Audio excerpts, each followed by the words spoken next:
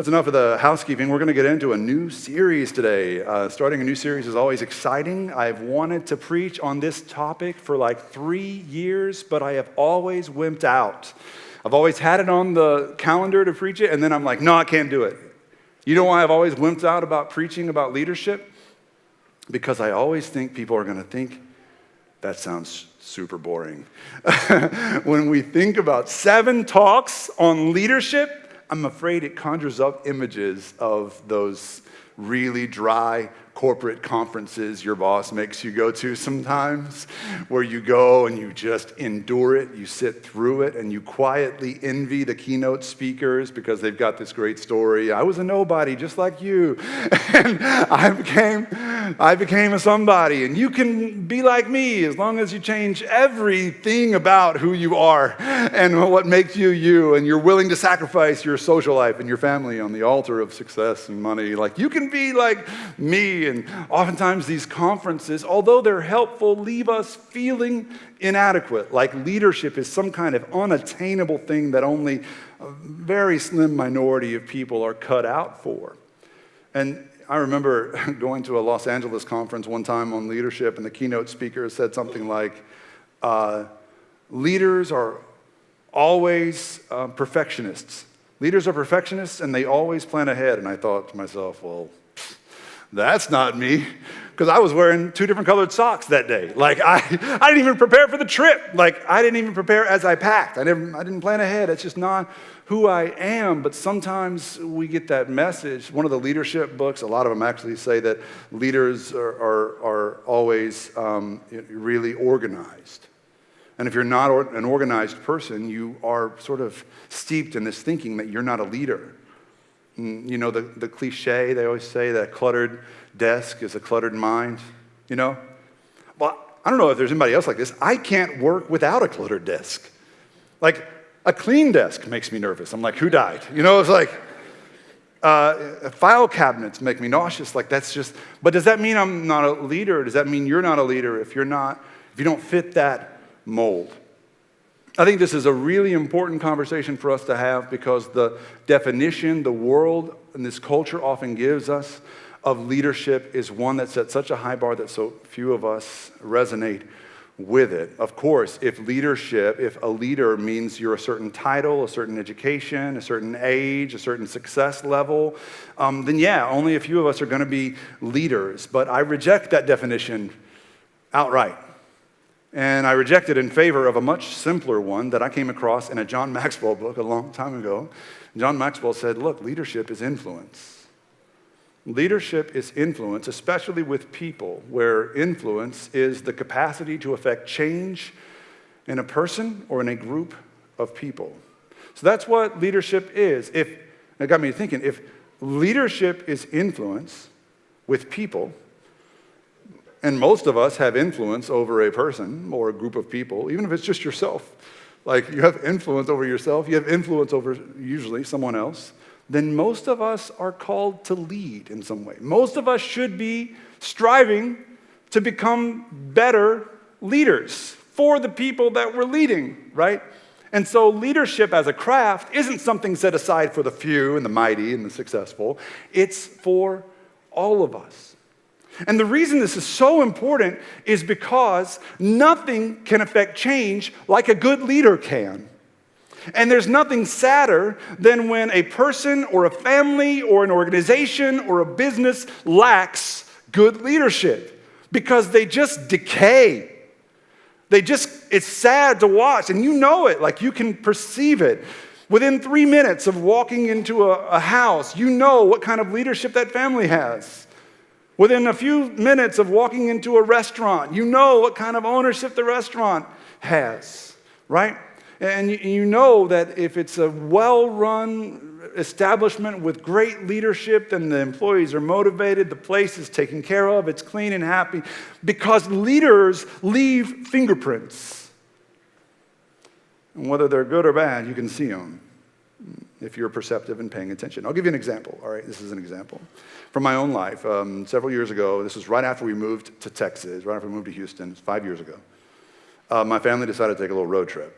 And we went on a Texas road trip, and like always, I wasn't prepared, or I hadn't planned ahead, and so I didn't fill the gas tank before we left Houston. And I always wait until it goes ding, it's like at the very end of it, and then I'm like, I wonder how much I can squeeze out of this. Like, that's to give you a little profile of my leadership makeup. Like, that's kind of how I play it.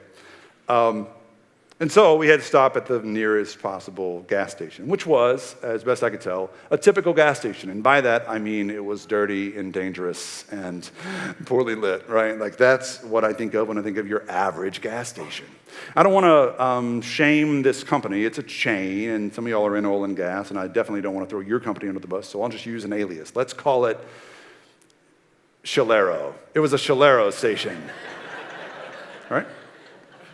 And the Shalero just looked like nobody had cleaned it inside or out in decades. And the lights were flickering and out, and there were like strange-looking people everywhere, and you felt like you were taking your life in your hands just by pulling into the parking lot. Half the pumps were out of service. They had the yellow bags on them, and then I finally found a pump that worked, and it asked me to select the fuel type that I wanted. You know what I'm talking about? The 3 buttons, and I instinctively selected the button on the left because that's where regular unleaded is at most every gas station, except Shalero. At Shalero, they try to trick you, right? So on the left, it's not regular unleaded and then plus and then premium. It's premium and then regular and then plus. Who does that? Shysters. Shysters do that, who try to squeeze every little dime out of suckers like me. It's my pet peeve. I've got a little problem with that. But I fell for it again, and I pumped my gas, and I was angry about it. And when I was done pumping the gas, the kids said, "Daddy, I got to go to the bathroom." And I looked around the building, and the bathrooms were around the back of the building on the outside. And so I said, "Gio, you take them." I'm just kidding. I didn't. I promise. I'm a man. So I went with the kids to the bathroom. The door was locked. The sign over the door said what? Got to get not out of order, the second worst thing. You got to get the key from the cashier, which is always just humiliating. Like, you got to go to this guy, and I got a potty, can I have a key? And there's like a 20-pound block of wood connected to the key for some reason, and it's just this weird exchange. And so we go around to the building, back of the building, into the bathroom, and it's as disgusting as you can possibly imagine. Like, it was just a cesspool of germs. You could hear the creepy crawlies, and it's like a dead body in the corner, and I'm just like, kids, straight ahead, let's get it done, in and out, and don't touch anything, right? And so somehow we made it out of that Shalero experience alive. Now let me tell you about the second part of our trip. On the way back, I planned ahead, like a leader does. I was prepared. And on the way back, when we were running on empty, I stopped at a tidy little establishment called Buc-ee's. Oh my goodness. This is my first Buc-ee's experience 5 years ago. Yeah, seriously. And so I had never seen a gas station that sits on 240 acres of land. And it was pristine. It had been around for years, but it was like it had just been built. Everything was clean, inside and out. Every staff person was thrilled to be working at Buc-ee's. All the pumps worked. All the buttons were in proper order, just like God intended. Unleaded, plus, and premium. I had pumped my gas, and the kids had to go potty again. We went inside the building because the bathrooms were inside the building. We walked right in. You didn't need a key. And in the men's room, it was immaculate. It was like 47 urinals. And they were all just spick and span, spotless, clean and shiny and new, and everything smelled right. And it was just it's a privilege to use their facilities, you know? And we went out into the store, and my kids and I sampled like freshly made fudge and some smoked brisket, and we bought chocolate-covered everything and something called beaver nuggets. You want to know a story? I had beaver nuggets for y'all. I've been throwing them out at every service, bags and bags, because we bought so many. I've just been throwing them at 8:45 and 9:45. Somebody stole my beaver nuggets before the 11 o'clock service. I know, at church. So anybody that comes forward with information about Pastor Eric's missing beaver nuggets, I don't know. Y'all just come and tell me. Anyway, I didn't know what beaver nuggets were before that, and I learned. It was It was a pleasure. It's not an exaggeration to tell you that our time at Buc-ee's was our family's highlight of our vacation. That's all my kids talked about. And when it's time to go on another road trip, we're like, we're going to the beach, kids. And they're like, what about Buc-ee's? We're like planning our trips around Buc-ee's. Now, what's the difference between Shalero and Buc-ee's? Is it beaver nuggets?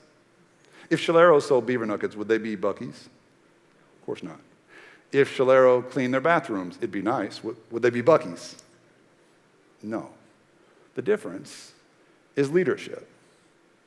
It's vision. Listen, who knows when, several years ago, somebody said, hey, I think I'll open a gas station just like every other gas station, and by that, I mean it will be a cesspool of danger and disease and maybe death. And people will give me their money because they need gas and a toilet so bad. They will give me their money to put their own lives at risk. And then they created Shalero. Shalero was born, right? But in 1982, a young man named Beaver Applin had a vision. He had a vision of a gas station that families would actually like to go to. And yes, his name was Beaver. And it's a vision, the likes of which the world had never seen. And it's a vision that we've all fallen in love with. But do you know who loved that vision in 1982? No one but Beaver. He was the only one. Can you imagine all the looks Beaver got when he sat in front of potential investors and shared his vision of a destination gas station? And he told them, one day families all over the South are going to plan their vacations around my gas stations. Can you imagine how crazy he sounded? That is a vision. Listen, to be a leader, you don't need a personality type. You don't need to be organized. You don't need to be a certain age or gender or success or office or position or title. All you need is two things. You need a vision, and you need the will to see it through. A vision and the will to see it through. A vision is defined very simply as a mental picture of a preferred future. And all those words matter, right? So a mental picture means only you see it. It's in your head. And it's a picture of a preferred future. And seeing it through means communicating that vision to those who need to see this vision. Communicating it to those who the vision impacts, right? Because it's their future. And together we can walk through it, right? And there's something powerful that happens when a leader casts a vision. And the reason we're spending 7 weeks on this is because I believe Jesus gave us a vision that the whole world needs to see. But they don't see it because not enough of us see ourselves as leaders to cast the vision and influence people. We think the leaders of the church are the pastors, the priests, the bishops, the elders. And you know what? Pastors and priests and bishops and elders are glad to let you think that because we like to feel important. But that's not the vision Jesus had. The vision Jesus had was for every disciple to be a leader. What did he say in his Great Commission, Matthew 28:19? He said, go and make disciples. He didn't say come and be disciples. And so implied in following Jesus is influencing others to do the same. And so if you're following him, you're a leader. You're leading people to him, right? And that means casting a vision, letting that person you're leading know who Jesus sees in them, who they really are, right? So that's all of us.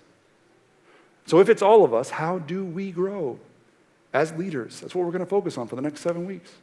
I want to do this over 7 weeks by studying the story of this man from the Old Testament named Nehemiah.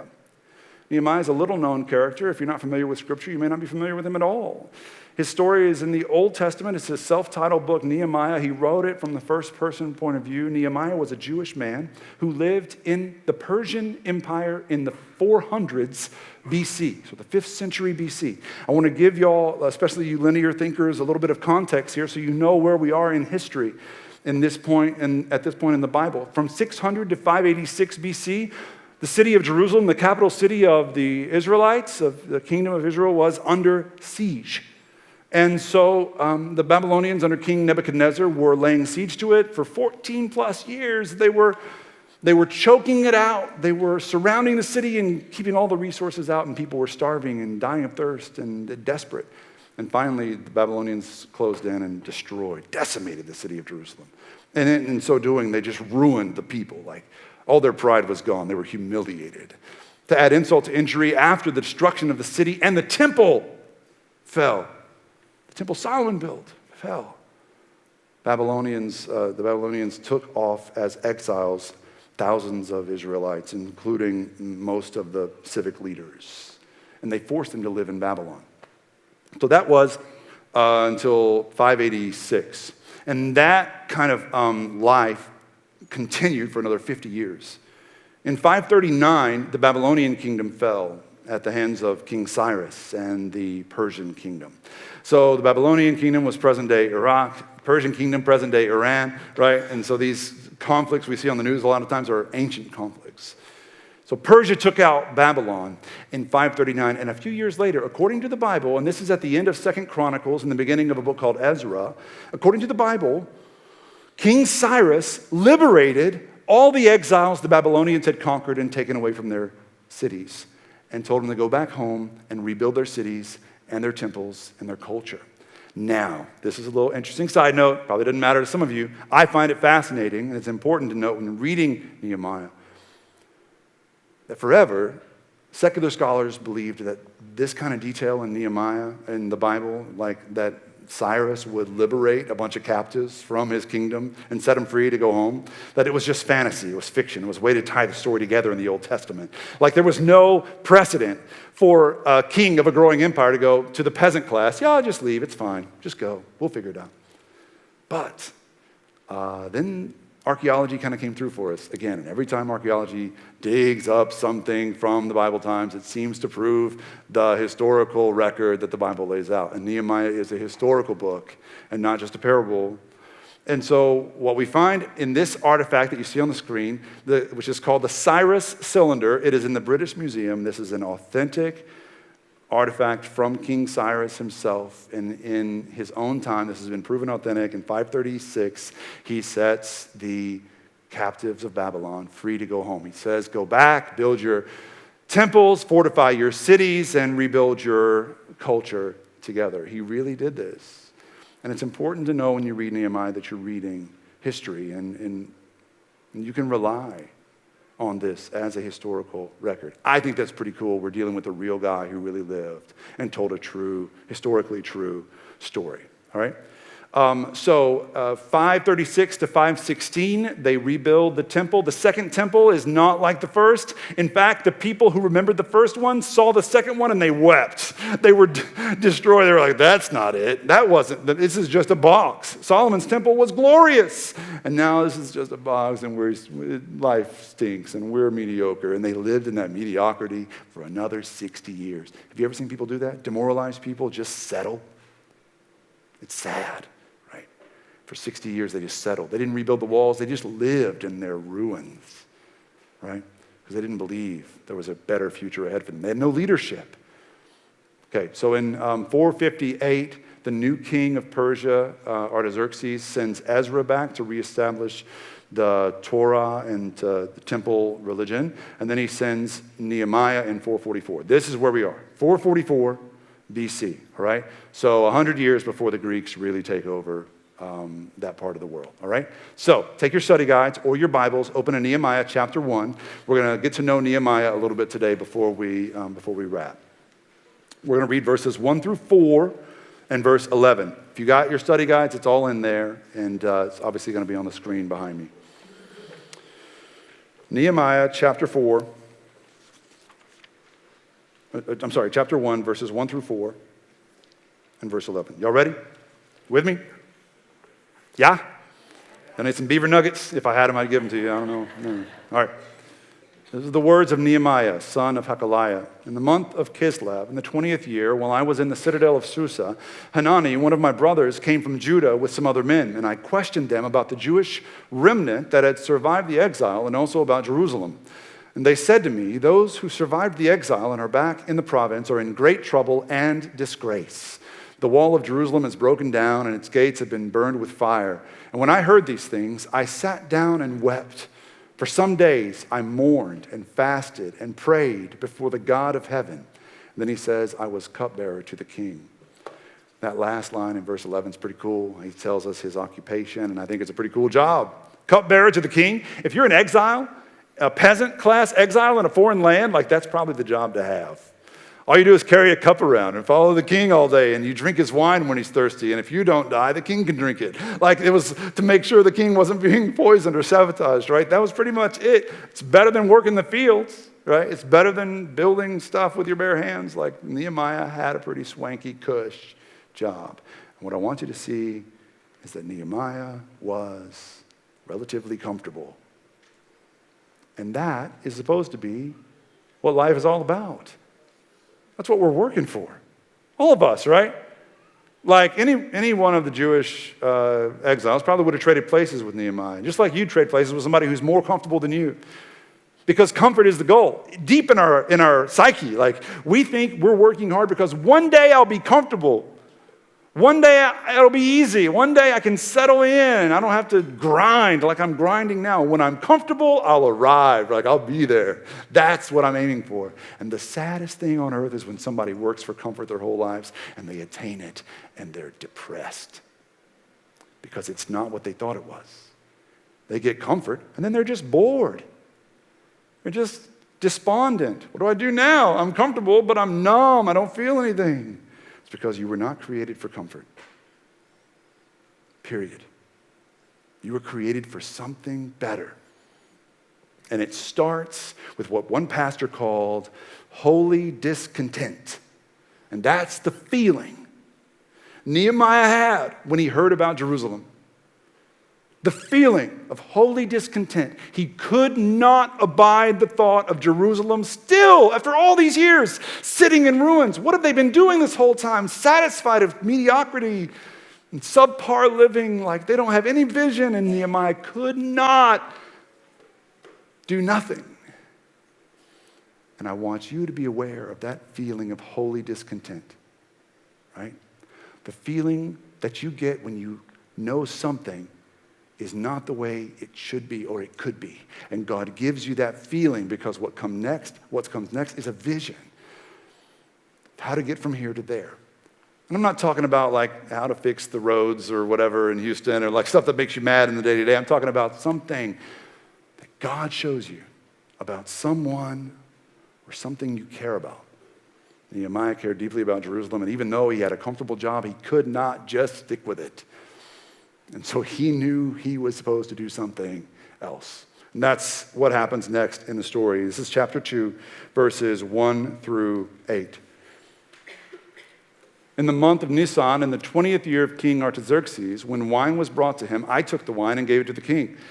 I had not been sad in his presence before. You were always supposed to be cheerful in the presence of the king. And so the king asked, why does your face look so sad when you're not ill? This can be nothing but sadness of heart. I was very much afraid. But I said to the king, may the king live forever. Why should my face not look sad when the city where my ancestors are buried lies in ruins, and its gates have been destroyed by fire? And the king said to me, what is it that you want? And then I prayed to the God of heaven, and I answered the king, if it pleases the king, and if your servant has found favor in his sight, let him send me to the city in Judah where my ancestors are buried so that I can go and rebuild it. And then the king, with the queen sitting beside him, asked, how long will your journey take, and when will you get back? It pleased the king to send me, so I set a time. He did not delay, he set a time right then. I also said to him, if it pleases the king, may I have letters to the governors of Trans-Euphrates so that they will provide me safe conduct until I arrive in Judah? And may I have a letter to Asaph, keeper of the royal park, so that he will give me timber to make beams for the gates of the citadel by the temple and for the city wall and for the residence that I will occupy. And because the gracious hand of my God was upon me, the king granted my requests. Listen. This was the crossroads moment for Nehemiah, where he had to choose between comfort and responding, answering this discontent in his heart. You can't really do both.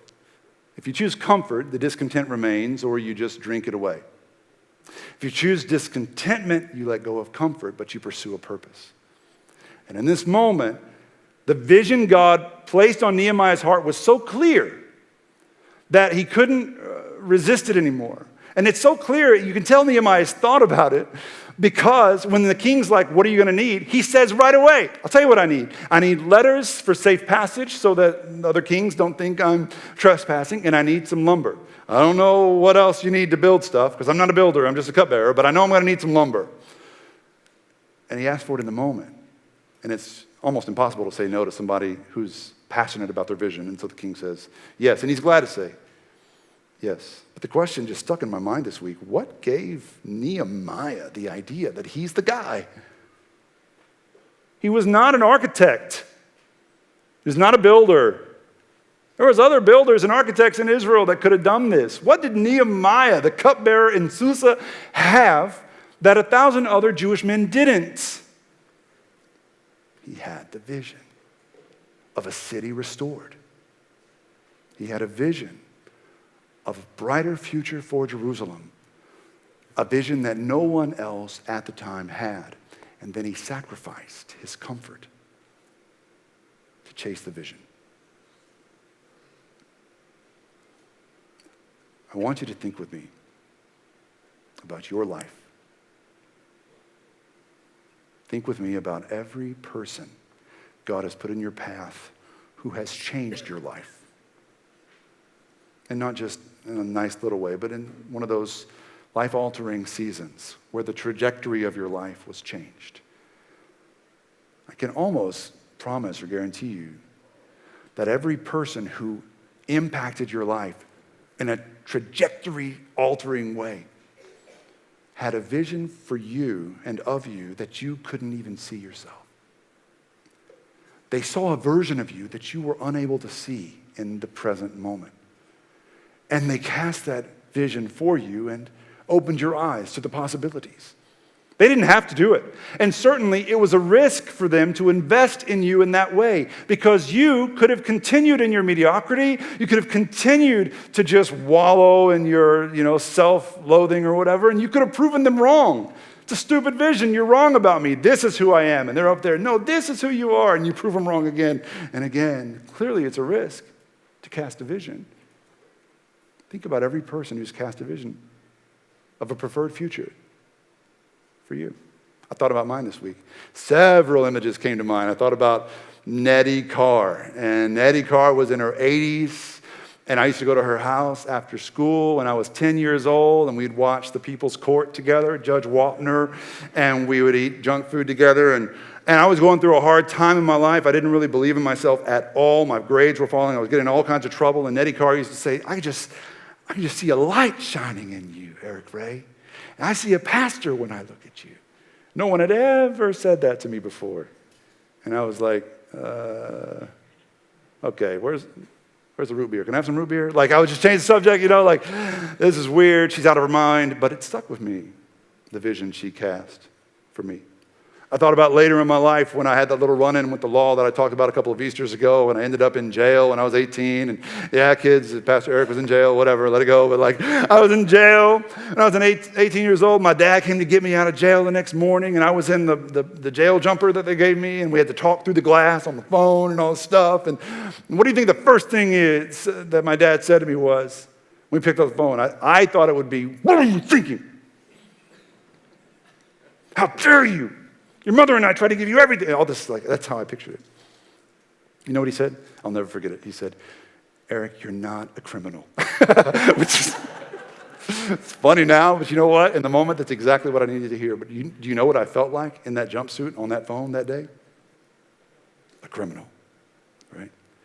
But he was casting a vision for me, a better future that I would not have seen on my own.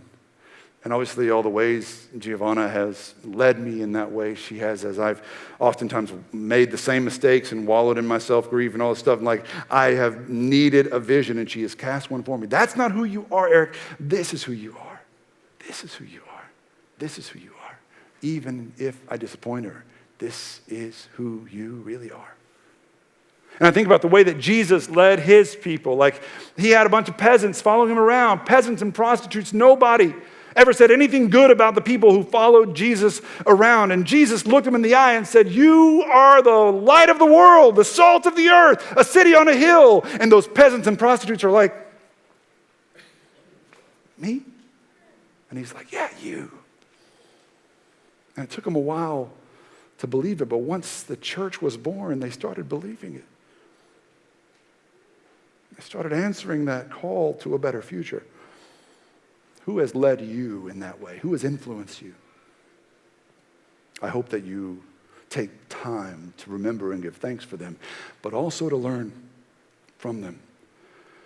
Because just as you have been led, you are called to lead someone else. And there is someone in your life right now, someone you work with or go to school with or live with, someone you're married to, perhaps someone you go to church with, who has no idea who they really are. They have not been led to see a better picture of their preferred future. They think they are just who they are today. They have no idea the potential God sees in them. And who is going to tell them about it? Their family that talks to them twice a year, like their boss, like the people they work with. Who is going to project this picture of a preferred future if not you? As you follow Jesus' vision for your life, like you can project his vision for theirs and influence them in some positive, life-altering way. If not you, then who? And if not now, then when? Someone is waiting for you, starving for a vision of a better life, a better version of them. I pray that you'll be the one to tell them, that's not who you really are. I love you as you are, but that's not who you really are. I see something better, and let's go there together. It's a risk. It takes energy. It takes leaving your life of comfort or your pursuit of comfort behind. And your friend or spouse or child or parent could prove you wrong and they could choose to stay where they are. It's always a risk. But the risk of leadership, godly, vision-oriented leadership, it's always worth it. Would you pray with me? Jesus, give us courage, Lord, to live faithful lives and to lead, even as we follow you, to lead by having influence in the lives of others, casting a vision that others can see and respond to and pursue. Lord, help us not to just be nonchalant and passive. Help us not just to seek empty comfort. Lord, help us to step up and live with passion, the passion of Nehemiah. And live with audacity, the audacity that we need to see the vision you've set before us. I pray today, Lord, for those who are being called out to lead and for those they're called to lead, that we would not shy away from this calling. We pray in Jesus' name.